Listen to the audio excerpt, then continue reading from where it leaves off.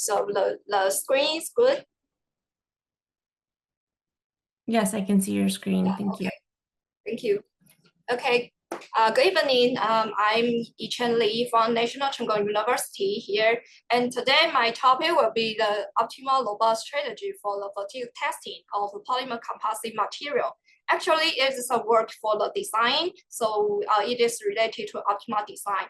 And then it is a joint work with the Professor Ruibin Chen and Hwang. So I'm going to make the introduce of the what is the fatigue testing and the accessory lab test first. And for this topic, I will introduce a little bit about the design criterion and some difficulty of the optimal design. And we propose an alternative solution called standardized mini-max design for designing such a reliability experiment, and give you an illustration, example, and comparison. So first of all, I'm introduce the fatigue testing for polymer composite material. As you can see in my slide here, is a sample, and we can say it is a sample for the polynomial composite material. Actually, it is a fiber, and when we do the fatigue testing, we will add the samples to a machine, into a machine, and you can see there are two directions for the force onto the samples. So during the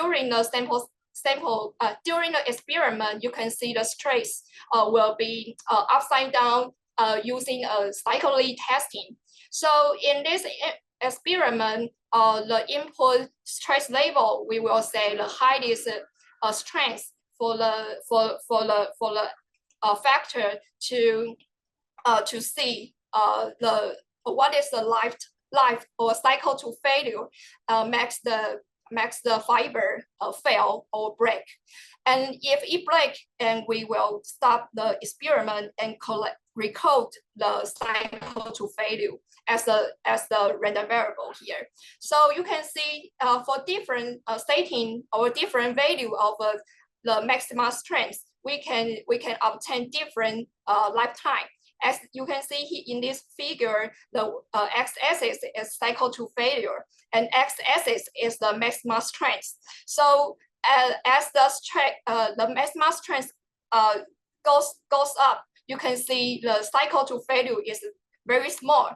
But if the stress level is getting higher, the lifetime will be getting higher too.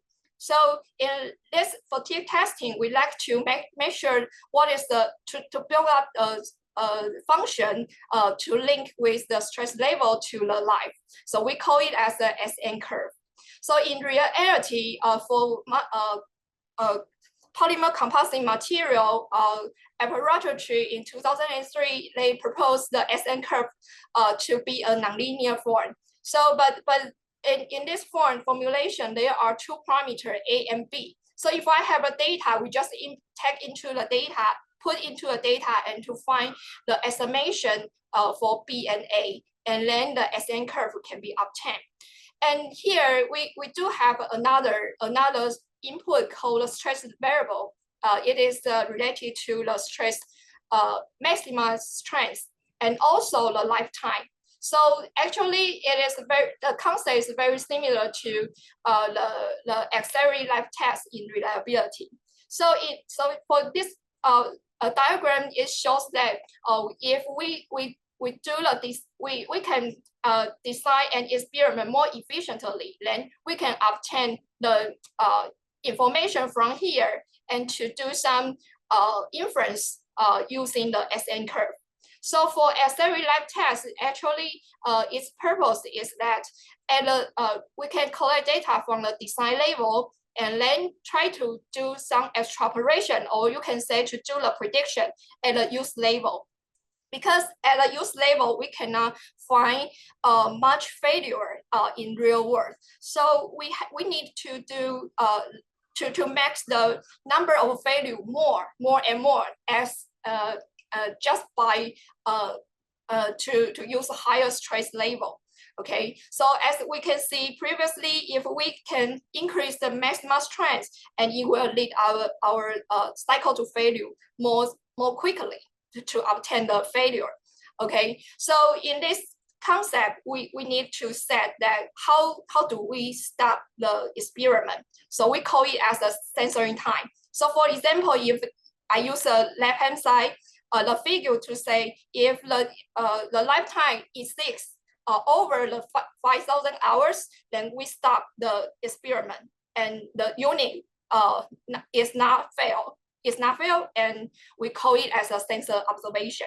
So in the sensory lifetime test, we have to consider the sensory observation. So for the modeling of this kind of a data set, we will assume that our failure time follows a log location scale family.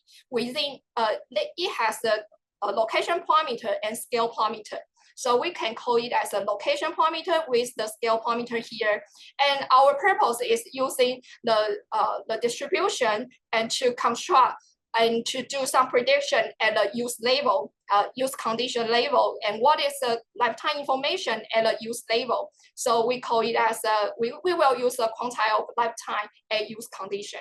So how do we obtain them? We can use the inverse of a CDF and to obtain the quantile at the use condition.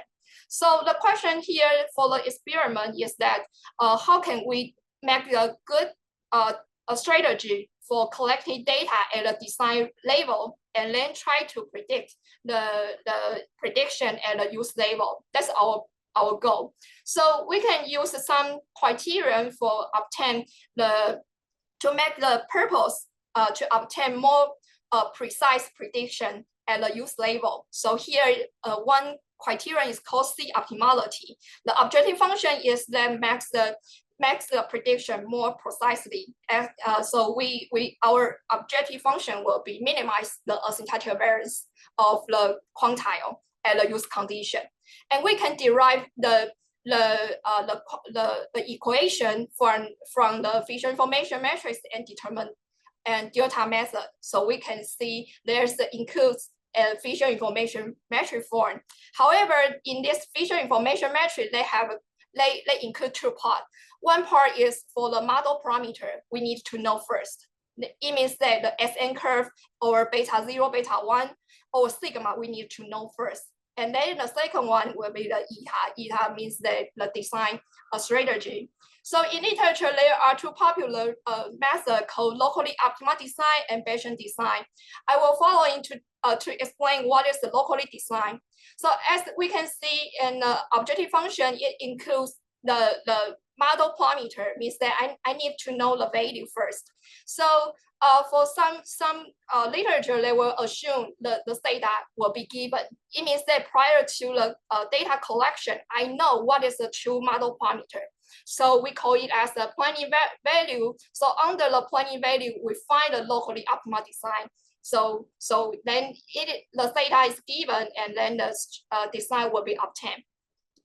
And but in real world, how do we know the exact value of a parameter? We don't have the data, right? So the other method called Bayesian method, we can assume the model parameter to be a distribution that we allow it has some uncertainty.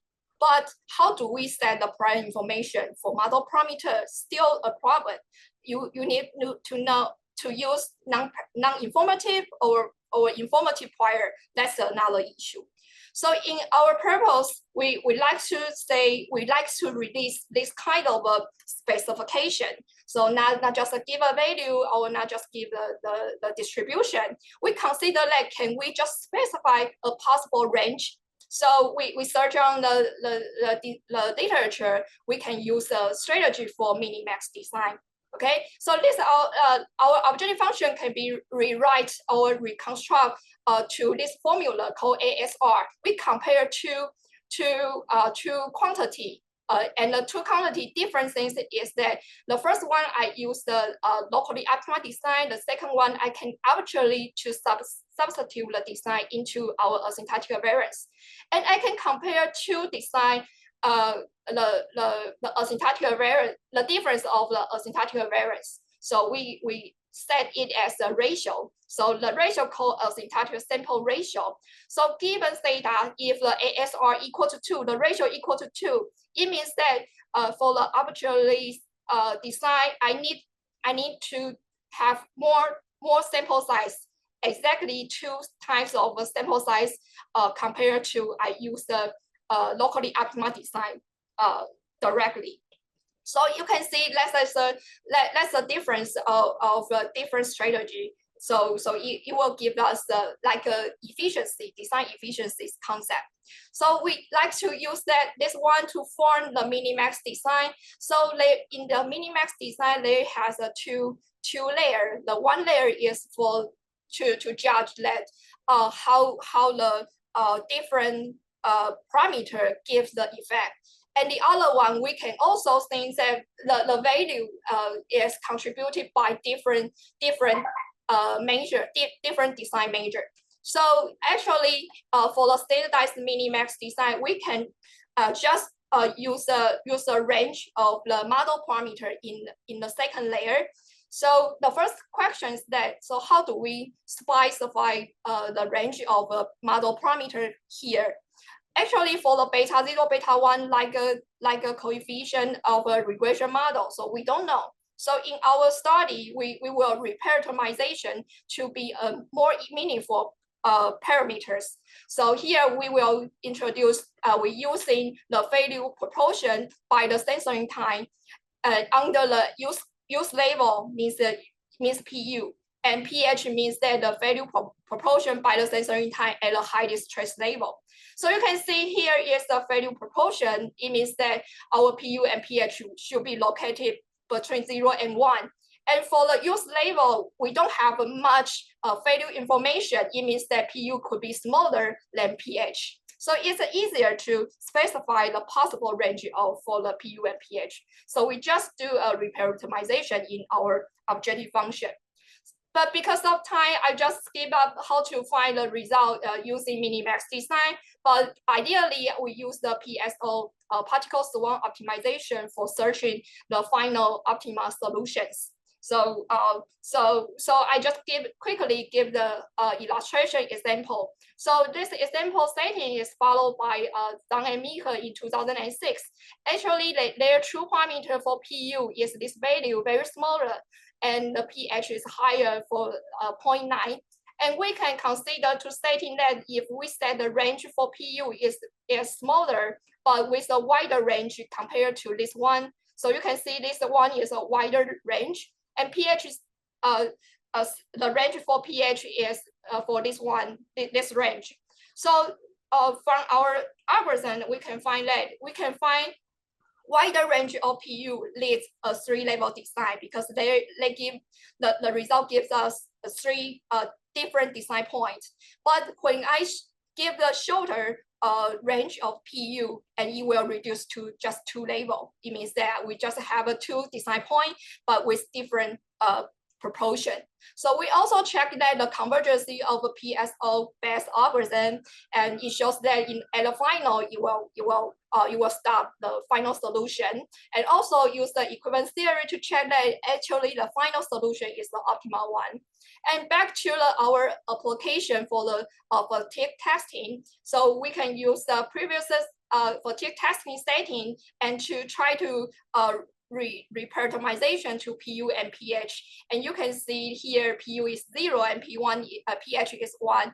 It's a very extreme value for the both sides of the stress level. So we can also set that what is our specified range for the PU and pH. And by our algorithm, we can also follow, we can find there's a 3-level design for this application.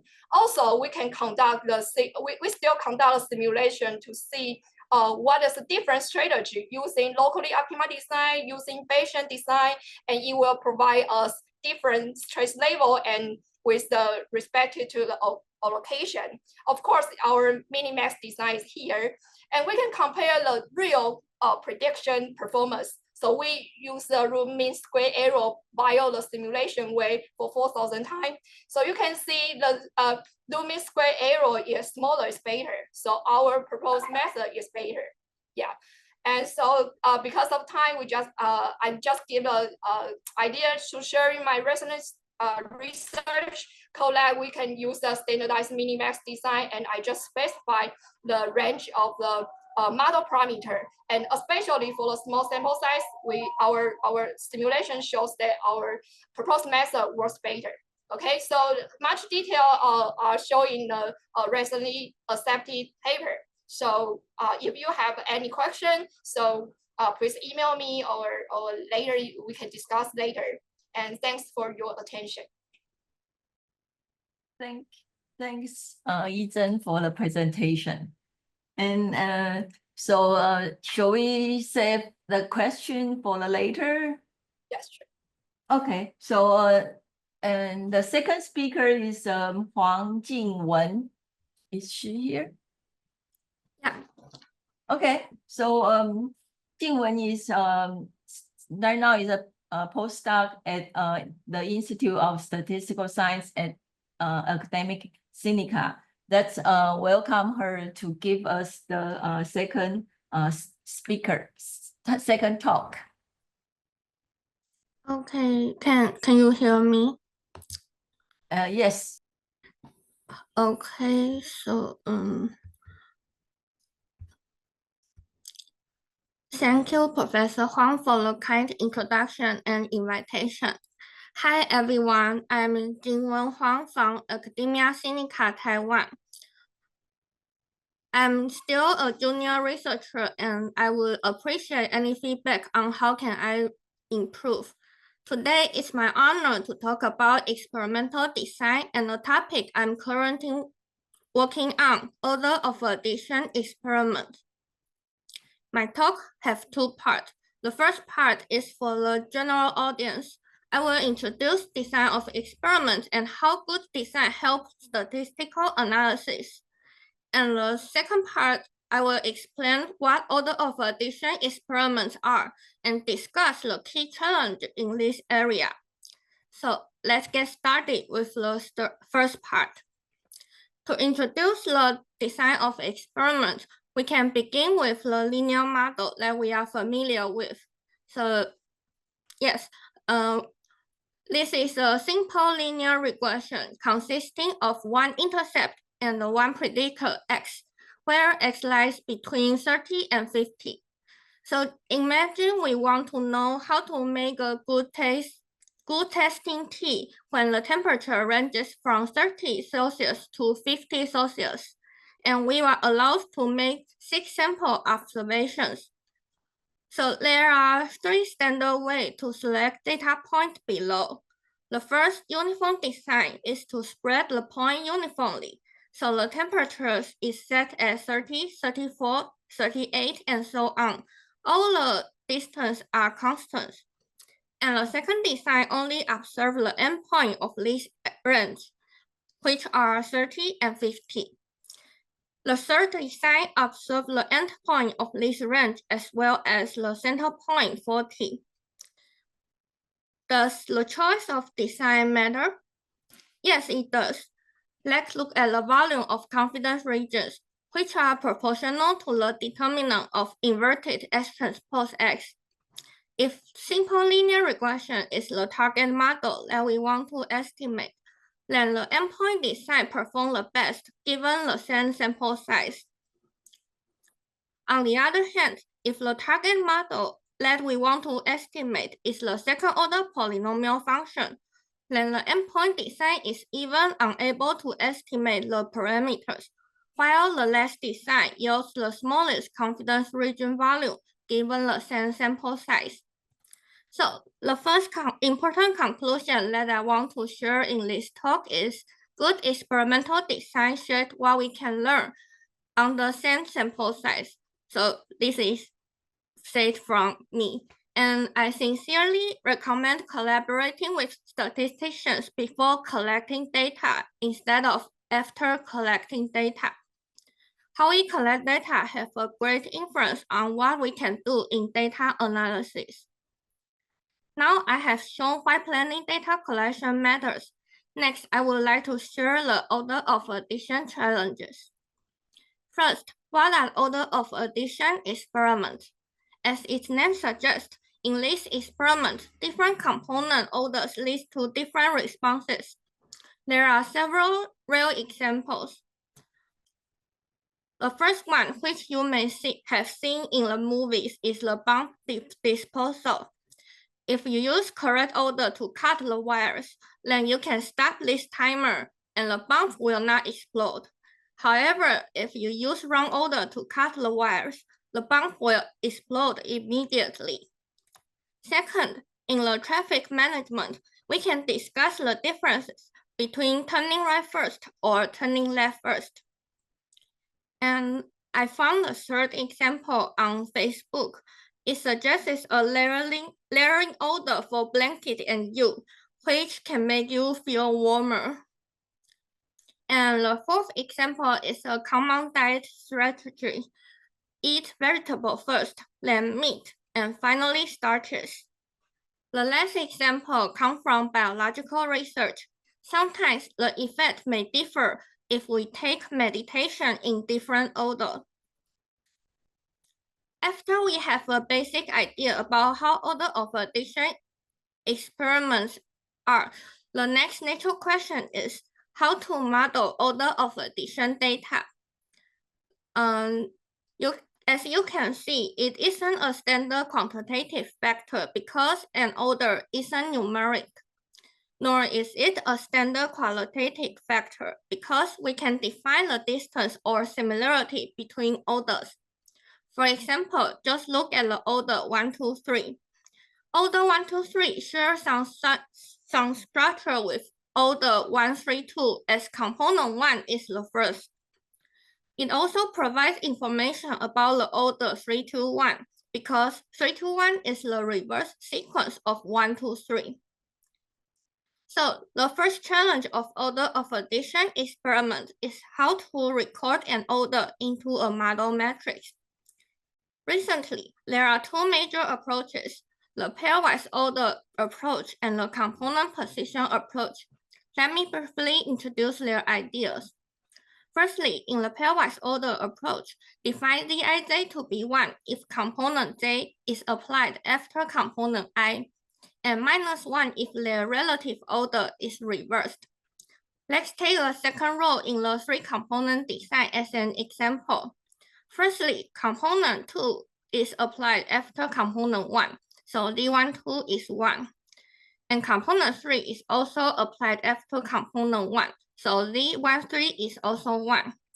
However, component 3 precedes component 2, so D23 is -1. On the other hand, the combination that D12 is 1, D13 is 1, and the D23 is -1, uniquely corresponding to the order 1, 3, 2. Since D12 is 1, so component 1 must be earlier than component 2, and also earlier than component 3. Similarly, component 3 is earlier than component 2. It turns out that the only possible order is 1, 3, 2. This Dij terms form the basis function in the linear model, and the meaning of parameter beta 1, 2 is the effect of placing component 1 before component 2. Secondly, in the component position approach, define SJC to be 1 if component C is applied at position J and 0 otherwise. Let's again take the second row in the 3-component design as an example. The indicator triple for each component's position is shown here. So component 1 is at position 1, component 2 is at position 3, and component 3 is at position 2. We can also uniquely determine the order by all indicators. That is to say, the order 1, 3, 2 is the only order that can produce such combination of indicators. The SJC terms form the basis function in the linear model, and the meaning of parameter beta 1, 1 shows the effect of placing component 1 at position 1. Now back to our original question, how to model order of addition data. We can conclude that There is no unique answer. Both pairwise order and component position approaches are possible to explain the order effect. Let me summarize their idea by the concept basic procedure of statistics. So the first step is to the problem formulation. During this step, we will define what is the important information we want to collect. After data collection, we perform statistical modeling, data analysis, and decision making.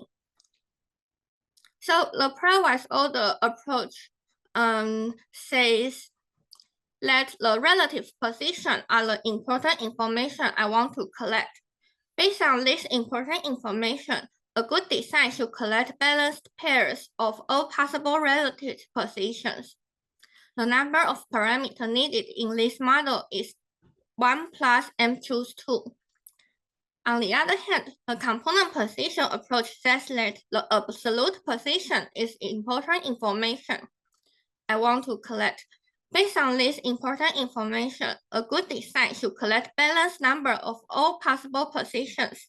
The number of parameters needed in this model is 1 plus m minus 1 squared. So the way to analyze order of addition experiment is not unique, and it is depend on how we define the important information. So this idea inspired me to define a new important information, that is the consecutive pair.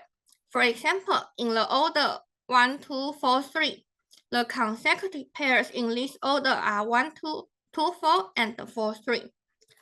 There are some justifications for this definition. First, there does exist real examples with such structure, such as the running race with Yi-Ting. And second, they are the smallest element to describe the order. Based on this idea, me and my advisor, Professor Frederick Hwang, developed a systematic way to design and analyze order of addition data. This article is available online in the journal Statistical. So I skip the detail and provide the location of the article here.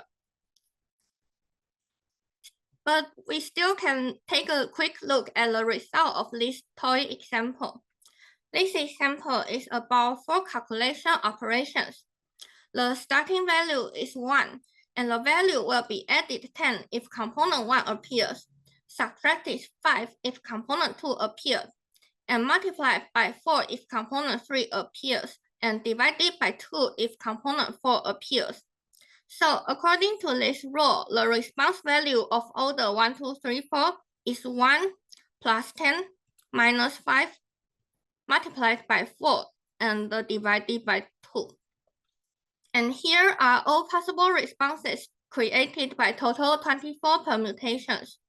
The maximized response is achieved by the order 4132, and the minimized response is achieved by the order 4231. The following table shows that our method identifies the maximum and minimum with a small sample size, while all other existing methods fail to identify both.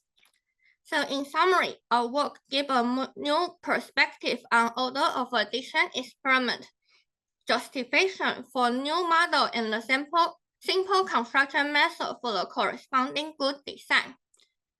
And I want to share this topic because there are still many challenges and possibilities in order of addition experiment. This is the end of my talk. Thank you for your kind attention, and I hope you enjoy this topic and maybe play with us in the future. There's sometimes. Do you want to explain a little more about your methodology?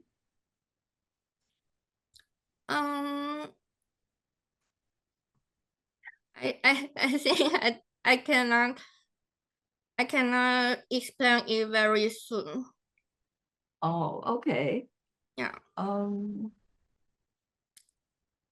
So is any audience have questions for Jingwen?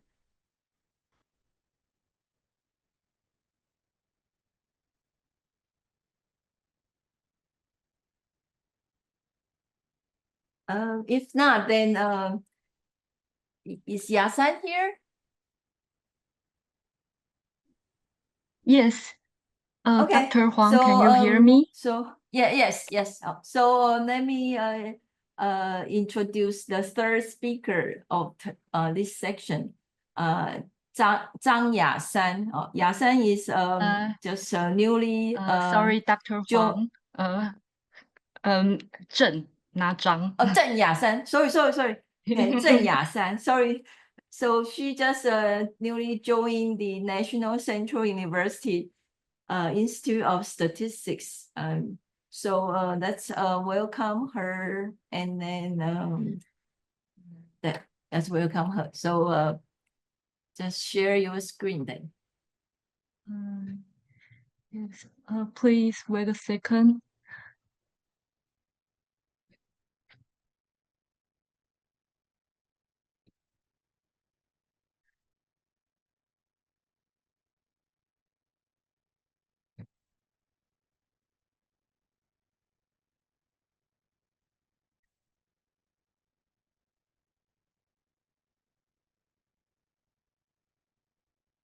Can you see the slide?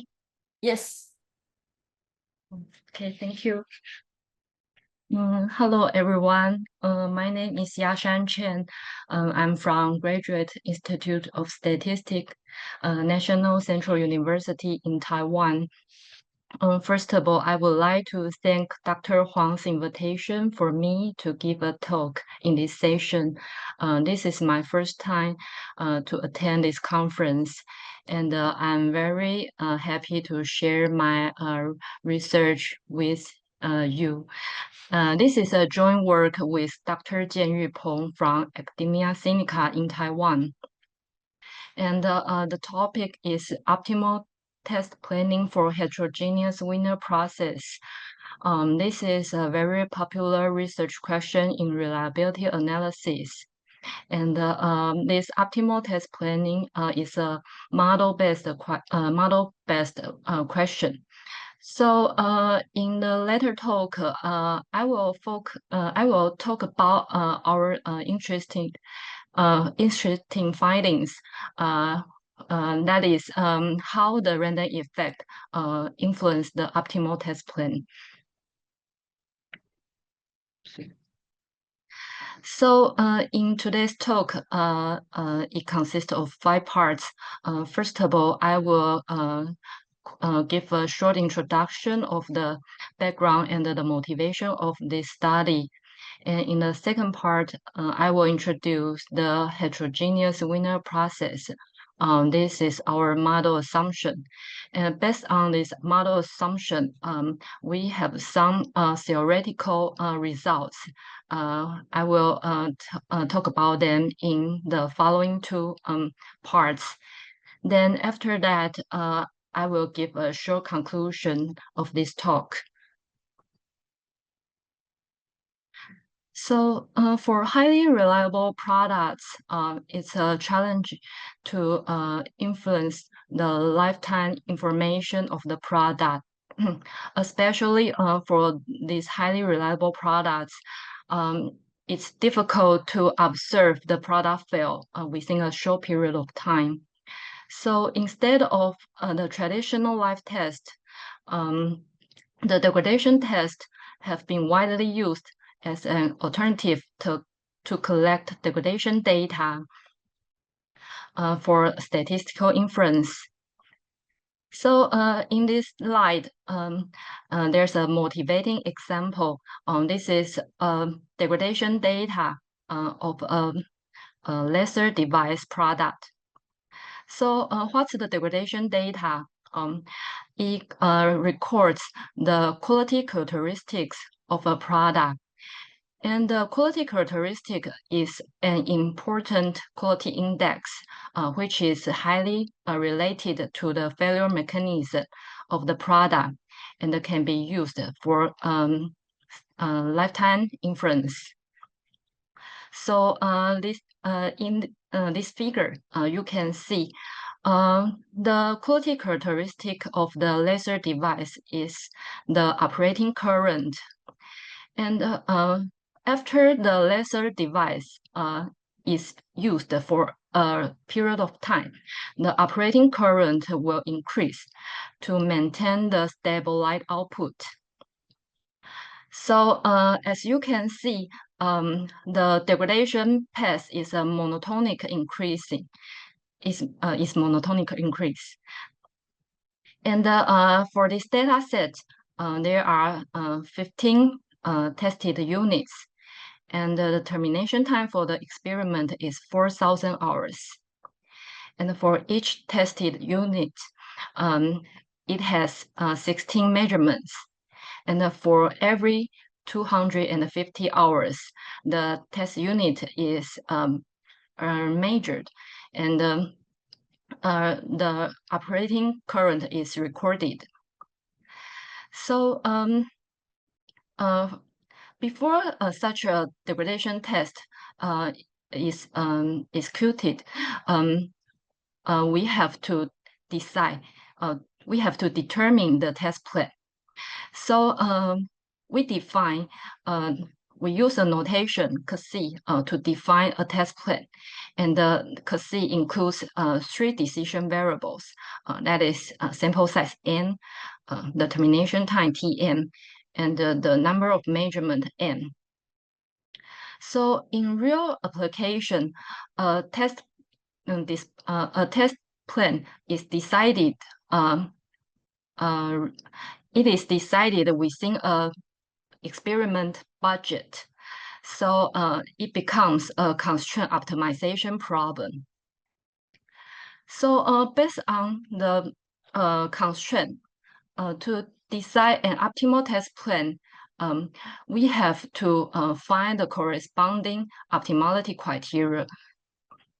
And in the literature, there are 2 optimality criteria widely discussed. The first one is the criteria, which is to maximize the determinant of the feature information matrix. And the other one is the VCASI criteria, which is to minimize the approximate variance of the estimated quantity of interest, such as mean time to failure or Q's quantile of the lifetime distribution. So for different optimality criteria, how to find an optimal test plan? From the literature, there are 3 kinds of approach. The first one is to find the optimal test plan numerically, such as using research or genetic algorithm. The second one is to use the semi-analytical approach, which is to combine the numerical method and the theoretical results. And the last one is to find the optimal test plan theoretically. And in our study, we will apply a method proposed by Peng and Zheng in 2021, which is called profile opting planning. And the profile opting planning is a method to reduce the decision variables in the objective function.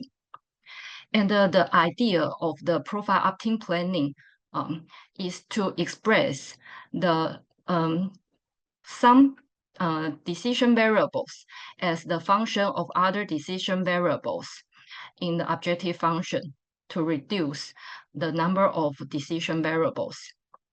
And this approach enables the researchers to theoretically derive the optimal test planning. So in our study, we will apply this POP method in our research question. So since this is model-based optimal test planning, so our motivating example in the previous section on the laser data, it is best fitted by the heterogeneous Wiener process in Peng and Zheng's publication in 2009. And this degradation model assumes the true degradation path follows a Wiener process with random slope. And the random slope also follows a normal distribution with mean eta and sigma and the variance sigma eta square. And this random effect represents the between unit variability.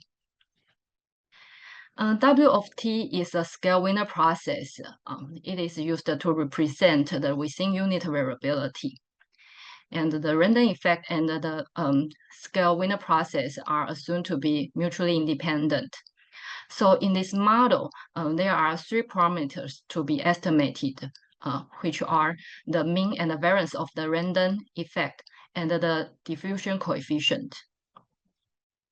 So based on the degradation model, a product's lifetime is defined as the first heating time when the degradation path reach the critical level.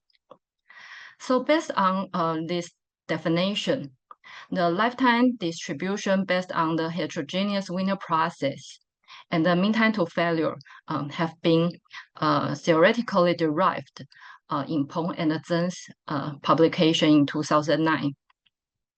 And based on these theoretical results, we can discuss the optimal test plan. And we will discuss how to find the optimal test plan based on 2 optimality criteria introduced in the previous section.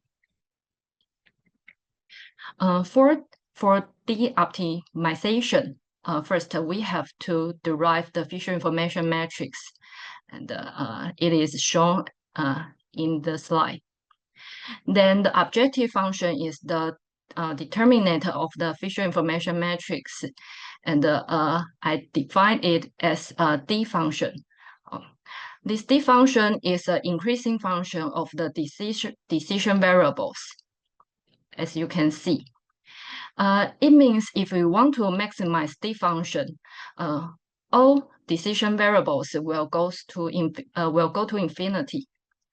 So another constraint has to be added to solve this optimization problem. For V-C optimization, we use the capital C to denote the quantity of interest. And based on the maximum likelihood estimation approach, we use the property of invariance of MLE and the delta method to obtain the asymptotic normality of the MLE of quantity of interest. And we can derive the approximate variance. That and it is the objective function in V-C optimization. And I use V-C to denote this function. And you can see this objective function is a decreasing function of sample size n and the number of measurement n. But the relationship of this objective function with termination time Tn is not so clear.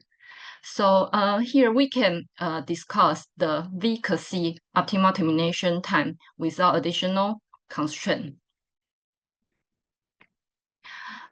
So we have some theoretical results, and I use this figure for the illustration. Since we only discussed the V-C optimal termination time, so we can pre-specify sample size and the number of measurement. And after these 2 variables are given, the objective function is a function of termination time. And the theoretical result tell us if the measurement number of measurement lie within a range, then we can find the optimal termination time. But outside this range, the objective function will be a decreasing function of Tn. So if we just numerically find the optimal decision variable, we cannot ensure our findings is correct. we need some theoretical result to support our findings. And this is our theoretical result. Tell us what is going on. So in order to obtain a optimal test plan, or under some constraint to solve a vacancy optimization problem, we introduced a cost constraint proposed by Yu and Zheng in 1999. And in this cost constraint, total budget, CB, is divided into 3 parts. The first part is the operation cost, and the second part is the cost of measurement, and the third part is the cost of test units. And without loss of generality, we let CB equal to 1. And based on this cost constraint, we can theoretically derive the optimal test planning. Actually, we find the sufficient condition to find the optimal test plan.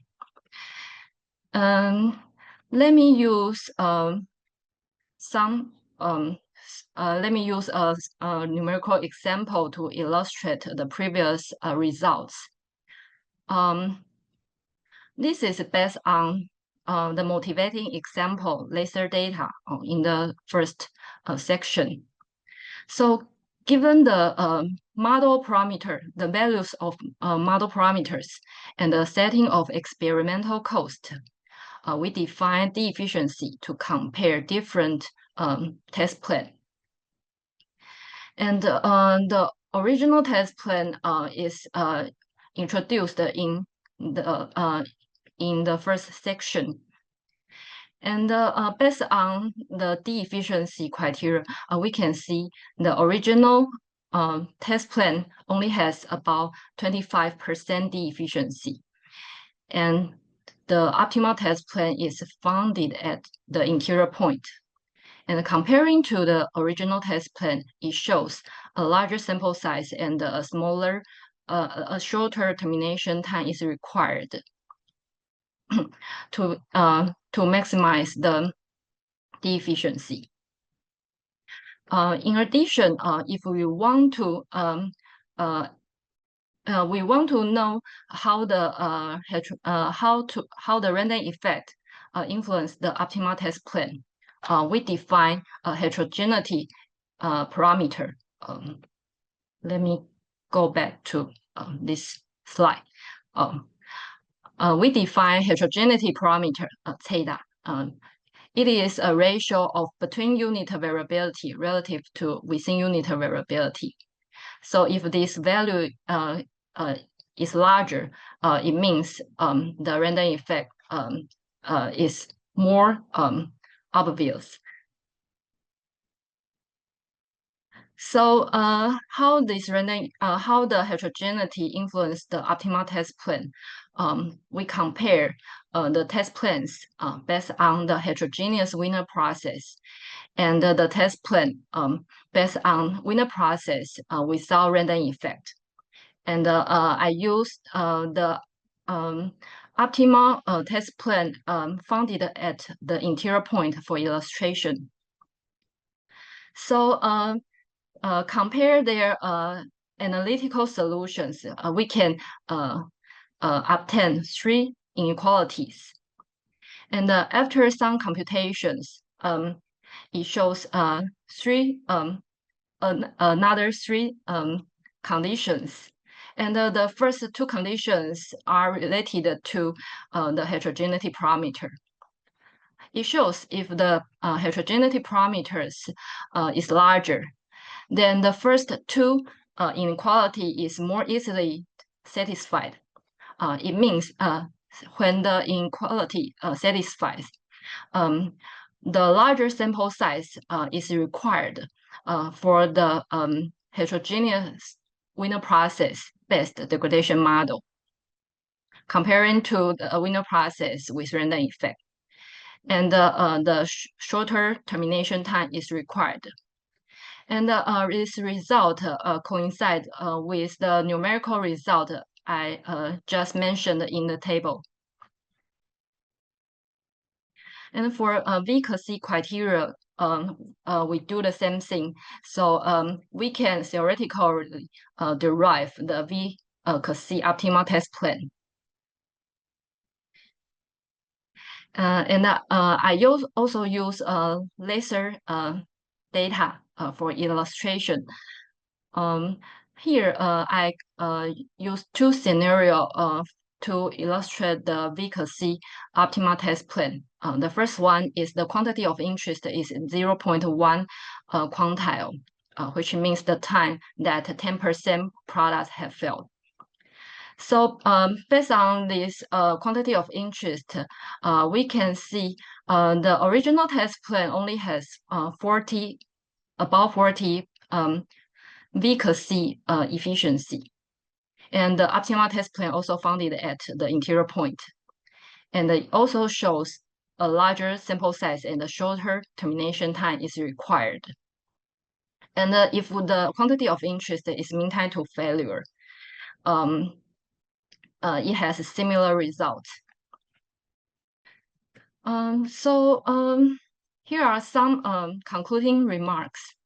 In this study, we apply the profile optim planning to solve our optimization question to find optimal test plan based on two optimality criteria, which are D criteria and the V-C criterion. And our theoretical result can help us to understand how the optimal test plan is affected by model parameters and the experimental cost. And this theoretical result can help us obtain the optimal test plan more efficiently. And one thing to mention is that in a real application, the sample size and the number of measurements should be integer. But in our approach, we treat these two variables as continuous to solve the optimization problem. So our result can be used as the initial point in the numerical search algorithm to save the computation time. So I think my talk ends here. And if you have any question, please let me know. Thank you. Thanks, Ya-San, for the interesting talk. I do have a question for you. In your real example, I think it's page 20. Yeah, so the interior point is the optimal design you propose, right?